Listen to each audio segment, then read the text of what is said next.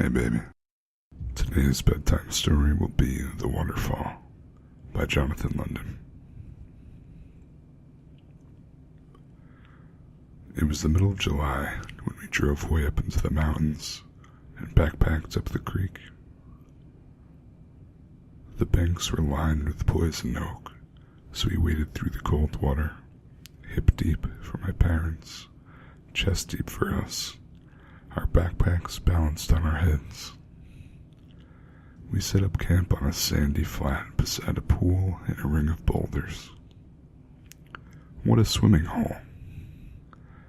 My brother and I swam, diving and tumbling in the diamond-clear water. We hiked farther upstream, against little rapids, picking our way among slippery boulders. Suddenly we heard a roaring sound, and as we came around a bend, we saw what was causing it. A huge waterfall. It raised high above us, higher than the tallest pines. Only a few wet ferns clung to the steep rock slope. A rainbow glowed in the roaring mist. "Wow," I said. "Let's climb it." "No way," said Dad. "End of the road." We turned back, and that night we had a cookout and watched the sparks climb to the stars. I couldn't stop thinking about the waterfall and how much I'd like to climb it. Later, snuggled in my bag, I heard a growl and a rustle in the bush. Then finally fell asleep, a little scared. In the morning we found tracks. "A mountain lion," said Dad. "It must have come down for water." It made my heart feel big and wild, like when I saw the waterfall. "Let's go climb the falls," I said. "It can't be done," said Dad, "but let's go anyhow." The sun was hot as a bonfire. We cut leaves of Indian rhubarb as wide as elephants' ears and tied them on our heads with vines to keep us cool. Then we waded against the little rapids deep into the canyon. I was the first one to the waterfall. "Let's go up," I said. My brother grinned. "If you go, I will," he said. I scouted away alongside the falls, and then we climbed like mountain goats. Mom hollered, "Be careful," as if we wouldn't, and we inched our way up and up, the tips of our toes gripping thin ledges, our fingers finding cracks. Sometimes rocks pulled out, but we clung like glue. We had to. The waterfall roared by our ears into a great rumbling, boiling cauldron far below. "I'm scared," said my brother.